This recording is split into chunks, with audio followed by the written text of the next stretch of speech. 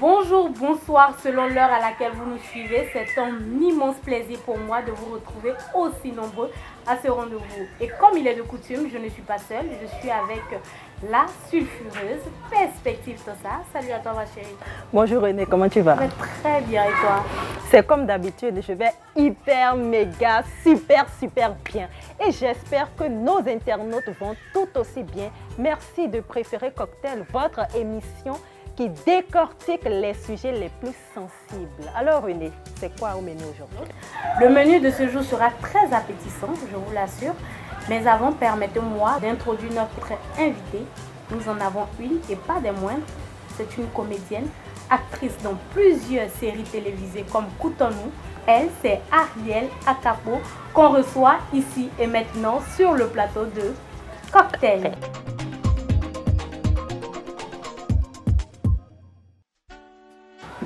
Oh là là, ma belle chérie. Allez, comment tu vas ma chérie?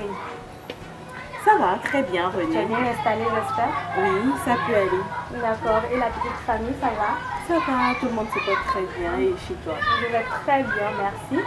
Et merci également d'avoir accepté notre invitation. Non, c'est un plaisir. Et laisse-moi souligner que tu es très en beauté. Merci beaucoup ma Et chérie. moi, je suis pas en beauté, moi. Bien sûr, j'adore ta robe. René, la jalouse. Si elle adore ma robe, hein. J'adore ta robe, elle est bien jolie. Merci. ma Et chérie. j'aime bien ton tissu aussi. Merci. Merci à toi. Donc, pour aller rapidement, nous allons donc annoncer notre menu du jour. Oui. Et comme je le disais, le menu sera très appétissant.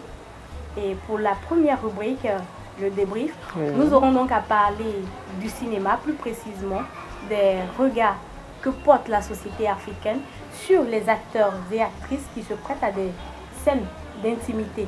Et comme elle est dans le cinéma, je pense que c'est son domaine de prédilection. Donc avec elle, on aura Absolument. à bien décortiquer ce sujet.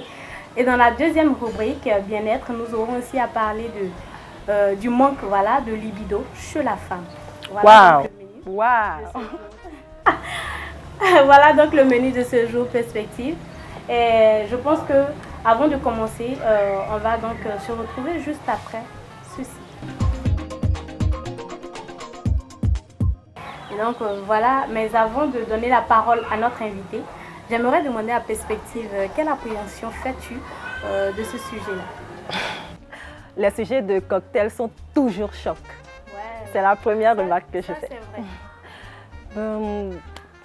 Le regard de la société sur les scènes entre griffes obscènes ou à caractère pornographique. D'abord, je pense qu'il faut toujours contextualiser. Nous sommes en Afrique et notre société est taguée de gardienne des mœurs. Donc, nous ne devrons pas être très gênés d'entendre des commentaires qui, disons, qui jugent les acteurs et les actrices qui se prêtent à ces scènes-là. Voilà. En même temps, nous sommes dans le cinéma. Et il faut savoir que ces acteurs-là sont des comédiens. Et un comédien, il interprète un rôle. Ce n'est pas lui, c'est le scénario et il suit ce scénario-là. Il incarne un personnage. Le mal, c'est que en Afrique, ça ne fait pas l'unanimité, bien entendu, mais certaines personnes oublient que ce sont des comédiens. Ils oublient que c'est un film. Surtout quand le film est tellement bien réussi, on colle une étiquette à ces acteurs-là. D'accord, merci à ta Perspective. Merci. Alors, Ariel, dis-nous. Apparemment, je crois que elle est actrice comme moi, vu qu'elle en sait beaucoup. Elle en sait tellement et je joins à ce qu'elle a dit. Effectivement, nous devons savoir que, bon, pas nous, puisque nous on le sait déjà, mais les citoyens, les téléspectateurs, tout le monde doit savoir en fait que le cinéma c'est un métier comme tout autre. Un génie civil ne peut pas s'habiller en costume, par exemple, pour aller au travail, voilà. Sa femme non plus ne peut pas lui demander cela. Puisque on sait tous que dans ce genre de domaine, il faut mettre des bottes, il y a la boue partout, il faut travailler le gravier, tout ça, tout ça. Donc, le cinéma, en fait, c'est la même chose. Nous interprétons des rôles, on nous donne des personnages que nous devons incarner, voilà. Et effectivement, comme vous l'avez dit, la société, en fait, ne regarde pas ce côté. quand tu joues des scènes de nudité ou bien des scènes intimes, en fait, on te dit mais c'est quoi ça? Comment est-ce qu'elle peut embrasser? Ou bien comment est-ce qu'elle peut se mettre nue? C'est tout un travail en fait, et nous devons savoir aussi que les scènes d'embrassement et tout, déjà quand tu es acteur, tu dois savoir que tu dois t'attendre à ça. Oui, tu dois t'attendre à ça, puisque c'est un personnage, c'est un rôle que... Oui, mais moi j'aimerais savoir, est-ce que tu as été déjà confronté à un tel jugement? Est-ce que on t'a déjà traité d'une fille de mœurs légères parce que tu as joué, tu as eu à jouer une scène d'intimité dans un film? Plusieurs fois. Ah bon? Plusieurs fois, commencer déjà par ma famille, les oncles, les tantes, tout ça là. D'abord, quand on te voit t'habiller, on dit déjà que c'est quoi cette manière de s'habiller. Or, en réalité, c'est ton domaine qui demande cela. Ça ne veut pas forcément dire que tu es une prostituée, rien de tout ça, mais quand tu es acteur ou actrice, tu dois t'attendre à changer ton style vestimentaire à tout moment afin de pouvoir incarner plusieurs personnages. Mais ça doit beaucoup t'affecter alors? Moi, non. Puisque psychologiquement, c'est ma passion. Du coup, moi, je m'en fous en fait des avis de tout le monde. Et l'entourage proche, la famille, le conjoint? Ah oui, ma famille me connaît par rapport à cela. Maintenant, concernant mon mari, j'ai eu la chance en fait qu'il soit aussi un acteur. Voilà. Ah, donc vous comprenez assez bien, il est du domaine. Et avec ton mari, puisque tu viens de nous dire qu'il est aussi du domaine, quand c'est lui qui se prête à ce genre de scène, comment est-ce que tu dans ta vie de couple? C'est comment? Moi, je pense que la réaction sera vice-versa. Non, bon, ne le dis pas parce que... Si monsieur comprend madame... La jalousie, c'est quelque chose qu'on ne peut pas contrôler. Quand ça, on est, oui, vrai, on ne contrôle pas ça. Ça, c'est vrai. Mais nous, en fait, on a eu la chance d'abord d'avoir confiance. On a confiance en nous mutuellement. Et nous deux savons déjà que nous faisons le cinéma. C'est notre métier. Et c'est tout à fait normal chez nous. Moi, je veux vraiment savoir pourquoi la société ne tolère pas en fait ces scènes d'intimité dans les films africains. Pourtant, les Africains, je pense que tout le monde fait l'amour. Tout le monde s'embrasse à la maison. Mais pourquoi, quand il s'agit de cinéma, qu'on veut montrer ce qu'ils font derrière la caméra, ce qu'ils font en cachette, ça les dérange aussi? On va dire que c'est une question de culture. Exactement, c'est une question de culture. C'est une question de culture. La culture nous a tellement inculqué que d'abord l'intimité, la nudité, c'est un truc sacré. Ça l'est quand même. Ça l'est effectivement, mais le cinéma, tout le monde doit comprendre que c'est une réalité qu'on reflète à la télé. Du coup, on ne peut pas mentir à la caméra. On ne peut pas mentir. Donc, on ne peut que refléter ce qui est, ce qui se passe. Si on doit faire l'amour, avec toutes les positions possibles. Si le scénario le demande, on le fait. Parce que c'est une réalité. Maintenant, concernant la société, ils doivent comprendre, comme je l'ai dit tout à l'heure, que c'est une réalité. Et je vois en fait que c'est notre culture qui amène tout le monde à parler de la sorte. Parce que d'abord, le cinéma ici au Bénin n'est pas vraiment évolué. Du coup, on a tendance à se dire que non. Donc, c'est les acteurs, les scénaristes qui doivent mettre fin à tout cela en imposant ça à la société. Abattre les barrières. Elle a dit que le cinéma reflète la réalité. Mais il y a un piège. Le piège, c'est que au XXIe siècle, c'est tout un brassage, c'est un mélange. Si nous disons que, bon, voilà, le cinéma, c'est... Il faut exposer ce qu'on fait caché parce que, bon, c'est quand même la caméra et puis il faut dire, il faut montrer ce qu'on fait pour que ça reflète notre vie au quotidien, je vais le dire comme ça. On peut l'adapter à notre culture. C'est ce que je pense. Voilà, je vais développer. On peut puiser dans notre culture pour faire quelque chose de beau.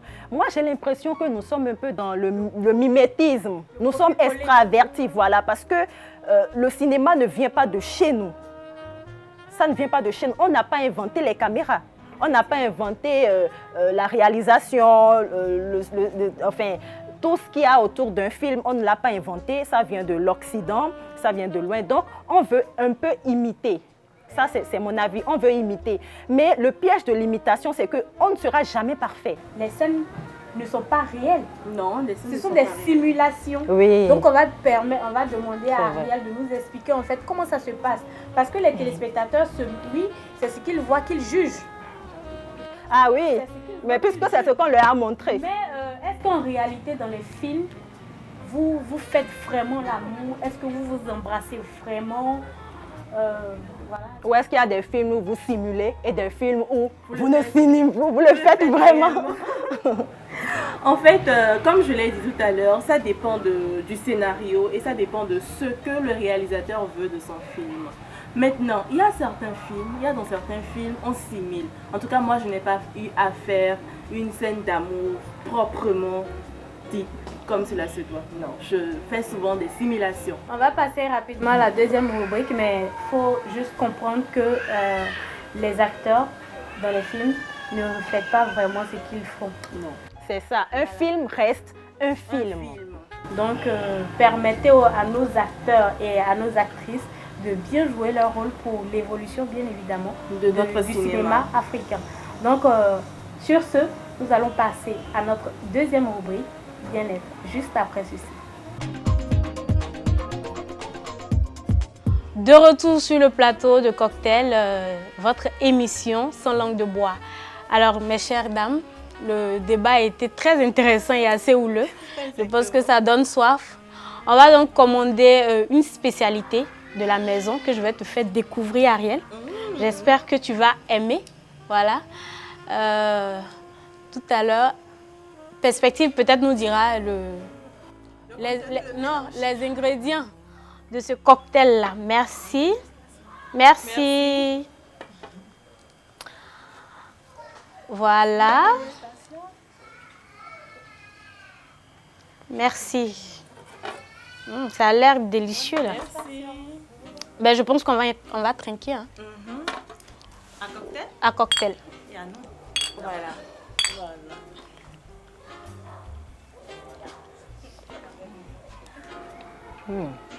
Ariel, tu peux deviner le mélange? Il y a Je crois quoi? que c'est de l'ananas Oui. avec un jus de Ariel.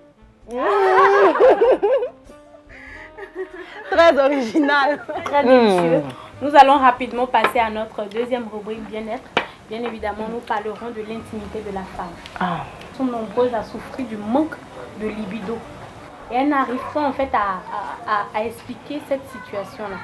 Et le pire dans tout ça, c'est que le conjoint renonce à sa responsabilité. Vous êtes femme comme moi, vous me diriez si vous avez déjà été confronté à une telle situation. Il vous arrive souvent de ne pas avoir envie. C'est assez bizarre. Non, mais c'est un truc naturel en fait. Ça arrive à tout le monde, à la femme, de ne pas avoir envie d'aller au sexe.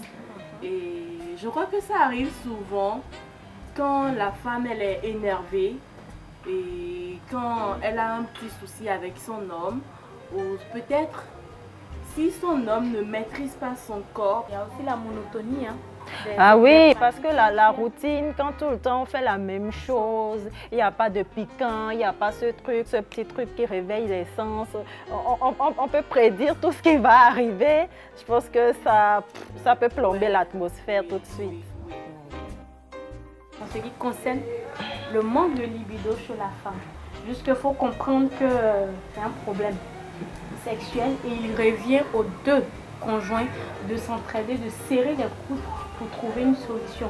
Lorsqu'on essaie tout, je pense qu'on essaie tout et que ça n'a pas marché, parce que vous pouvez aller sur Google et prendre des témoignages de certaines personnes qui ont vécu la même situation que vous et vous donnent peut-être des solutions, ils vous conseillent des solutions. Et quand vous faites ça, ça ne marche pas. Moi, je pense qu'il faut faire recours à un spécialiste, n'est-ce pas? Oui.